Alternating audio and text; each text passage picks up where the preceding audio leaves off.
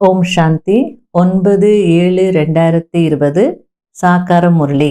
இன்று பாபா கூறுகிறார், இனிமையான குழந்தைகளே, எப்பொழுதெல்லாம் நேரம் கிடைக்கிறதோ அப்பொழுது தனிமையில் அமர்ந்து ஞான சிந்தனை செய்யுங்கள். விசார கடலை கடையுங்கள். என்ன பாயிண்ட்ஸ் கேட்கிறீர்களோ அதை ரிவைஸ் செய்யுங்கள். கேள்வி: உங்களுடைய நினைவு யாத்திரை எப்பொழுது முடிவடையும்? பதில்: எப்பொழுது உங்களுடைய எந்த கர்மேந்திரியமும் ஏமாற்றுவதில்லையோ, கர்மாதீத நிலை ஏற்பட்டு விடுகிறதோ அப்பொழுது நினைவின் யாத்திரை முடிவடையும்.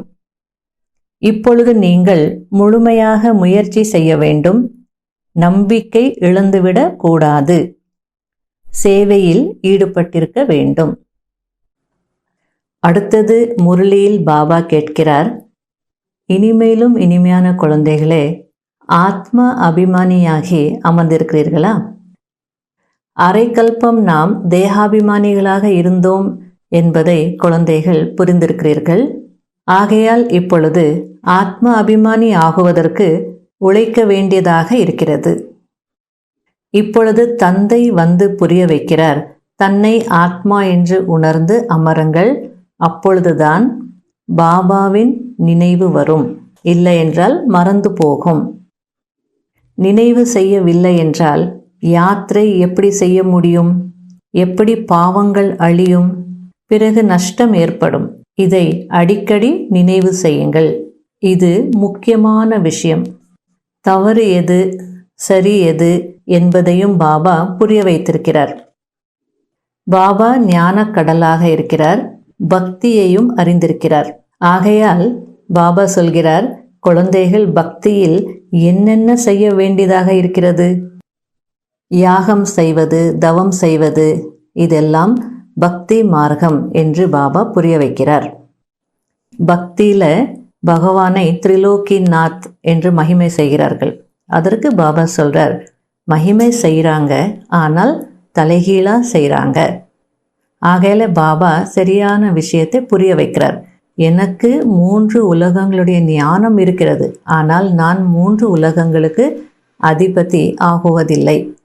நான் பிரம்மாண்டத்திற்கு அதிபதியாக இருக்கிறேன். அதுபோல நீங்களும் பிரம்மாண்டத்திற்கு அதிபதியாக இருக்கிறீர்கள். சூக்ஷ்ம வத்தனத்திற்கான பேச்சு இங்கே இல்லை. பிறகு ஸ்தூல வத்தனத்திற்கு நான் அதிபதி ஆகுவதில்லை. பாபா சொல்றார், நான் சொர்க்கத்திற்கும் அதிபதி ஆகுவதில்லை, நரகத்திற்கும் அதிபதி ஆகுவதில்லை. சொர்க்கத்தின் அதிபதி கிருஷ்ணர், நரகத்தின் அதிபதி ராவணன். தந்தை அமர்ந்து இந்த விஷயங்களை எல்லாம் குழந்தைகளுக்கு புரிய வைக்கிறார். அதே போல ராவணனுக்கும் 10 தலைகளை காட்டியிருக்காங்க. 10 தலைகள் என்றால் 10 விகாரங்கள். 5 விகாரங்கள் பெண்ணினுடையது, 5 விகாரங்கள் ஆணினுடையது, 10 தலைகள். இப்பொழுது 5 விகாரங்கள் அனைவருக்குள்ளேயும் இருக்கிறது.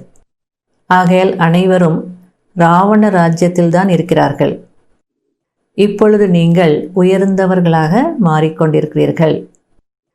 தனிமையில் அமர்ந்து இதுபோல ஞான சிந்தனை செய்யும் பொழுது நல்ல நல்ல விசாரங்கள் வரும்.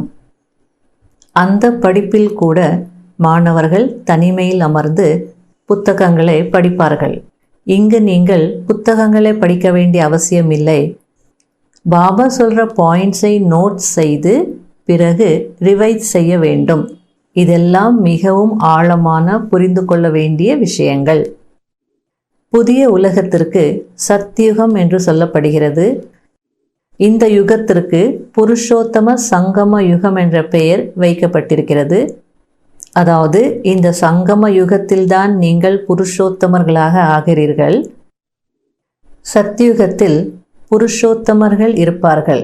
அதாவது பாபா எந்த அர்த்தத்தில் சொல்றார் என்றால், புருஷோத்தம சங்கம யுகம் என்ற பெயரு இந்த யுகத்திற்கு தான் இருக்கிறது. ஆனால் புருஷோத்தமர்கள் இருப்பதோ சத்யுகத்தில். இது மிகவும் வண்டர்ஃபுல்லான விஷயங்கள். நீங்கள் இப்பொழுது புதிய உலகத்திற்காக தயாராகி கொண்டிருக்கிறீர்கள். இந்த சங்கம யுகத்தில்தான் நீங்கள் புருஷோத்தமர்களாக ஆகிறீர்கள். இப்பொழுது குழந்தைகளாகிய நீங்கள் புதிய உலகத்தின் ஆரம்பத்திற்கு நாள் குறிக்கிறீர்கள். எப்படி புது வீடு கட்டி தயாராகிவிட்டது என்றால் குழந்தைகள் மகிழ்ச்சி அடைவார்கள், கிரக பிரவேசத்திற்கு நாள் குறிப்பார்கள். அதுபோல பாபா சொல்றார், குழந்தைகளாகிய நீங்களும் புதிய உலகத்தை பார்த்து மகிழ்ச்சி அடைகிறீர்கள், நாள் குறிக்கிறீர்கள். அங்கு தங்க மலர்களின் மழை பொழிகிறது என்று எழுதப்பட்டிருக்கிறது. இதெல்லாம் கேட்கும் பொழுது குழந்தைகளுக்கு குஷியின் பாதரசம் ஏற வேண்டும். உங்களுக்கு சுகம் மற்றும் சாந்தி இரண்டும் கிடைக்கிறது. ஆனால் மனிதர்களுக்கு இதை பற்றி தெரியாது. அவர்கள் அமைதி வேண்டும், அமைதி வேண்டும் என்று வேண்டிக் கொண்டிருக்கிறார்கள். உலகத்தில் அமைதி இருக்க வேண்டும் என்று விரும்புகிறார்கள். நாம் முயற்சி செய்து உயர்ந்த பதவி அடையப் போகிறோம் என்று குழந்தைகளுக்கு அபார குஷி இருக்கிறது. மற்றபடி அதிர்ஷ்டத்தில் என்ன இருக்கிறதோ அது கிடைக்கும், பாஸ் ஆகணும்னு இருந்தால் ஆகுவேன் என்று இருந்துவிடக்கூடாது. ஒவ்வொரு விஷயத்திற்கும் அவசியம் முயற்சி செய்ய வேண்டும். முயற்சி செய்ய முடிவதில்லை, ஆகையால் அதிர்ஷ்டத்தில் இருந்தால் கிடைக்கும் என்று சொல்கிறார்கள். பிறகு சிலர் முயற்சி செய்வதை கூட நிறுத்திவிடுகிறார்கள். தாய்மார்களை எவ்வளவு உயர்ந்தவர்களாக ஆக்குகிறேன் என்று பாபா சொல்கிறார். அடுத்தது பாபா சொல்கிறார், இறைவன் வந்துவிட்டார், இறைவன் வந்துவிட்டார் என்று சத்தம் போட்டு சொன்னால் யாரும் ஏற்றுக்கொள்ள மாட்டார்கள். இந்த பிகேஸ் அவர்களுடைய பாபாவை பகவான் என்று சொல்கிறார்கள் என்று அவர்கள் சொல்வார்கள். மேலும் நிந்தனை செய்வாங்க, அந்த நிந்தனையை பரப்பவும் செய்வாங்க. இப்படியெல்லாம் செய்தால் சேவை நடக்காது. அதற்கு பதிலாக பாபா சொல்கிறார், ஒரு ரூமில் 8 அல்லது 10 சித்திரங்களை சுவர் மீது நல்ல முறையில் மாட்டி வையுங்கள். வெளியில் எல்லையற்ற தந்தையிடம் இருந்து எல்லையற்ற சுகத்தின் ஆஸ்தி அடைய வேண்டும், அதாவது மனிதரிலிருந்து தேவதையாக வேண்டும் என்றால் வாருங்கள், நாங்கள் உங்களுக்கு புரிய வைக்கிறோம் என்று எழுதி போட வேண்டும். அப்பொழுது நிறைய பேர் வர ஆரம்பிப்பாங்க, தானாகவே வருவாங்க. பிறகு நீங்கள் இந்த தமோ பிரதான உலகத்தில் அமைதி எப்படி இருக்க முடியும்? பகவானால் தான் உலகத்தில் அமைதியை ஸ்தாபனை செய்ய முடியும் என்று புரிய வைக்க முடியும். சிவ்பாபா வருகிறார் என்றால் அவசியம் பரிசையும் கொண்டு வருவார் அல்லவா? ஒரே ஒரு தந்தைதான் இவ்வளவு தூரத்திலிருந்து வருகிறார். மேலும் ஒரு முறை மட்டுமே வருகிறார். வெளியூரிலிருந்து திரும்பி வரும் பொழுது பரிசு கொண்டு வருவார்கள் தானே? அதுபோல் பாபாவும் பரிசு கொண்டு வருகிறார். பாபா எவ்வளவு அன்போடும் ஆர்வத்தோடும் படிப்பிக்கிறார் என்றால் படிக்க வேண்டும் அல்லவா? காலை நேரத்தில் அனைவரும் ஃப்ரீயாக இருப்பீங்க. காலை வகுப்பு அரை மணி நேரம் அல்லது 3/4 மணி நேரம் இருக்கும். அதை கேட்டுட்டு போயிடுங்க. நினைவோ எங்கிருந்தாலும் செய்ய முடியும். ஞாயிற்றுக்கிழமை விடுமுறை, ஆகையால் காலையில் 2 அல்லது 3 மணி நேரம் நினைவில் அமர்ந்து விடுங்கள். பகலில் நினைக்க முடியாது, ஆகையால் பகல் நேர வருமானத்தை சரி செய்து விடுங்கள். காலையில் எழுந்து சரி கட்டிடுங்க என்றார். முழுமையாக பையை நிரப்பிக்கொள்ளுங்கள். நேரம் கிடைக்கும் தானே? மாயாவின் புயல் வருவதால் நினைவு செய்ய முடிவதில்லை. பாபா முற்றிலும் சகஜமாக புரிய வைக்கிறார்.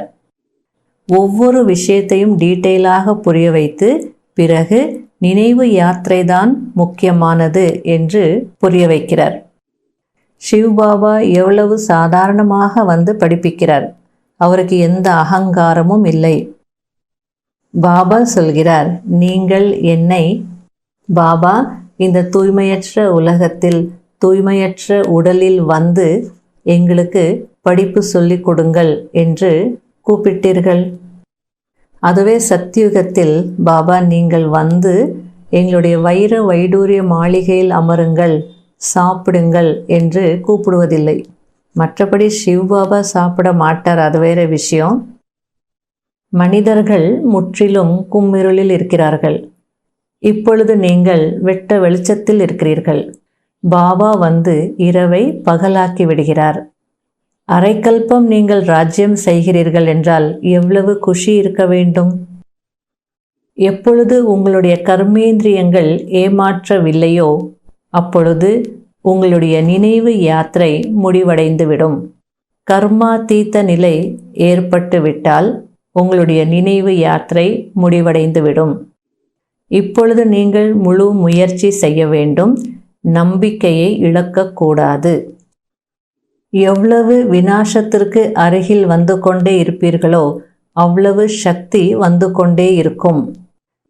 பீஷ்ம பிதாமகர் போன்றவர்களுக்கு கடைசியில் அம்பு தைக்கும் என்று பாடப்பட்டிருக்கிறது. இப்பொழுதே அம்பு தைத்து விட்டால் நிறைய கலாட்டா நடக்கும். எவ்வளவு கூட்டம் வந்துவிடும் என்றால் கேட்காதீர்கள். அதாவது தலை சொரியக்கூட நேரம் இல்லை என்று சொல்வார்களே, அது போல இருக்கும். நீங்கள் 3 அடி நிலத்திலும் கூட இந்த அழியாத ஹாஸ்பிட்டல் கம் யூனிவர்சிட்டியை திறந்து வைக்க முடியும். பணம் இல்லை என்றாலும் பரவாயில்லை, சித்திரங்கள் உங்களுக்கு கிடைத்துவிடும். சேவையில் மான அவமானம், சுகம் துக்கம், குளிர் வெயில் அனைத்தையும் சகித்து கொள்ள வேண்டும். யாரையாவது வைரம் போல் ஆக்குவதென்பது சாதாரண விஷயமா என்ன? பாபா களைப்படைகிறாரா என்ன? பிறகு நீங்கள் ஏன் களைப்படைகிறீர்கள்? கடைபிடிக்க வேண்டிய முக்கியமான சாராம்சம். முதல் பாயிண்ட், காலை நேரத்தில் அரை மணி நேரம் அல்லது 3/4 மணி நேரம் மிகவும் அன்போடும் ஆர்வத்தோடும் படிப்பை படிக்க வேண்டும். பாபாவின் நினைவில் இருக்க வேண்டும். நினைவின் முயற்சி எப்படிப்பட்டதாக இருக்க வேண்டும் என்றால் அனைத்து கர்மேந்திரியங்களும் வசமாகிவிட வேண்டும். 2வது பாயிண்ட், சேவையில் சுகம் துக்கம், மானம் அவமானம், வெயில் குளிர் இவை அனைத்தையும் சகித்து கொள்ள வேண்டும். ஒருபோதும் சேவையில் களைப்படையக்கூடாது. 3 அடி நிலத்திலும் கூட ஹாஸ்பிட்டல் கம் யூனிவர்சிட்டி திறந்து வைரம் போல ஆக்குகின்ற சேவை செய்ய வேண்டும். வர்தானம், சர்வ சக்திகளின் ஒளியின் மூலம் ஆத்மாக்களுக்கு வழிகாட்டக்கூடிய உயிரோட்டமான கலங்கரை விளக்கம் ஆகுங்கள். எப்பொழுதும் நான் உலக நன்மையின் சேவைக்காக பரந்தாமத்திலிருந்து அவதரித்திருக்கிறேன் என்ற நினைவு இருந்தது என்றால் எந்த எண்ணம் எண்ணினாலும் எந்த வார்த்தை பேசினாலும் அதில் உலக நன்மை அடங்கி இருக்கும். மேலும் இந்த நினைவே லைட் ஹவுஸின் காரியத்தை செய்யும். எப்படி அந்த லைட் ஹவுஸில் இருந்து ஒரு நிறத்தின் லைட் வெளிப்படுகிறதோ அதுபோல உயிரோட்டமான லைட் ஹவுஸ் ஆகிய உங்களிடமிருந்து அனைத்து சக்திகளின் லைட் ஆத்மாக்களுக்கு ஒவ்வொரு அடியிலும் வழிகாட்டக்கூடிய காரியத்தை செய்து கொண்டே இருக்கும். ஸ்லோகன், அன்பு மற்றும் சகயோகத்துடன் சக்தி ரூபம் ஆகுங்கள். அப்பொழுது ராஜ்யத்தில் முன் நம்பரில் வர முடியும். ஓம் சாந்தி. இன்றைய முயற்சிக்கான பாயிண்ட், நான் மகாதானி வர்தானி. உலகத்தில் சிலர் நிறைய புண்ணியம் கிடைக்குன்னு சொல்லிட்டு தானம் செய்கிறாங்க. அதாவது அன்னதானம் செய்வாங்க, வஸ்திர தானம் செய்வாங்க, அதே நேரத்தில் பொருள் தானமும் செய்வாங்க. சிலர் கல்வி தானமும் செய்வாங்க. இது செய்யறதுனால அதுவும் பெரிய அளவில் செய்வாங்க சிலர். அப்போ என்ன ஆகுன்னா அவங்களுக்கு மகாதானி என்ற டைட்டில் கிடைக்கும். அப்படி மகாதானி டைட்டில் கிடைச்சாலோ அவங்களுக்கு ஒரு பிறவிக்கு தான் வருமானம். ஆனால் நாம் இப்போ எந்த தானம் செய்கிறோம்? ஆன்மீக கல்வியின் தானத்தை செய்கிறோம். இந்த ஆன்மீக கல்வியை தானம் செய்யும் பொழுது என்ன ஆகுதுன்னா, முதல்ல மனிதர்கள் அறியாமையிலிருந்து வெளிவருவாங்க. அறியாமையிலிருந்து வெளிச்சத்துக்கு வரும்போது அவங்களுடைய வாழ்க்கையும் மாறும். எது ரைட் எது ராங் அப்படின்னு புரிஞ்சுப்பாங்க. அப்போ அவங்க வாழ்க்கையில் ஒரு சந்தோஷம் வருது, வாழ்க்கையே மாறிடும். வாழ்க்கை மாறுது அப்படின்னா கடினமான சம்ஸ்காரங்கள் எல்லாமே மாறிடும்.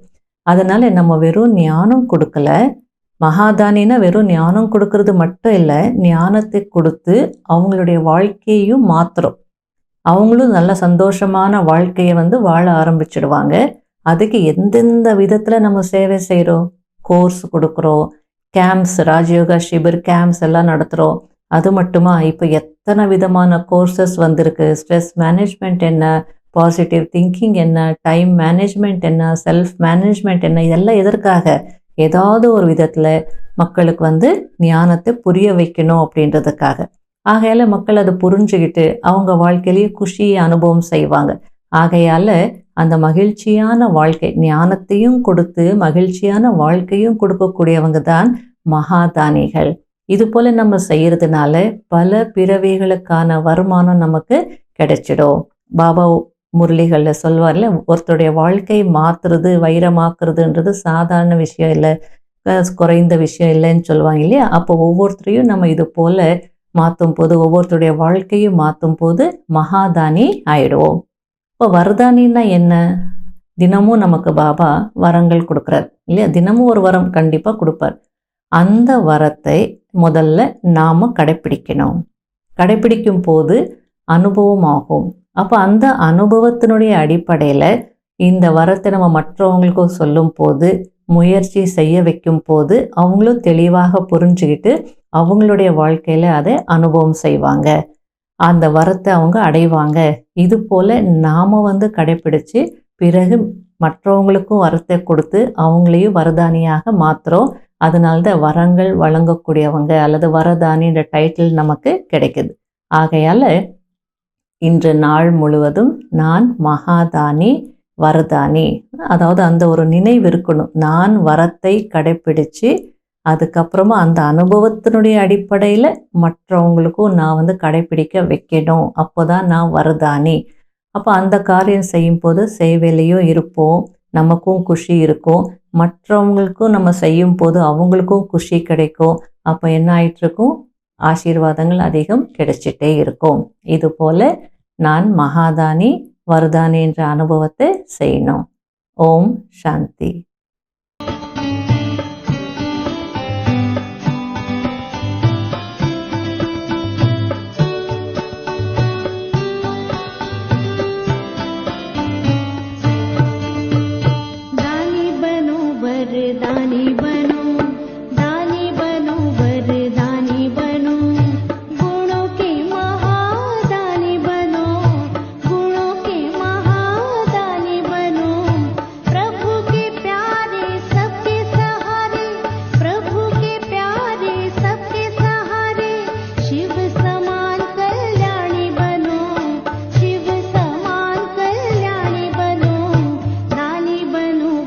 दानी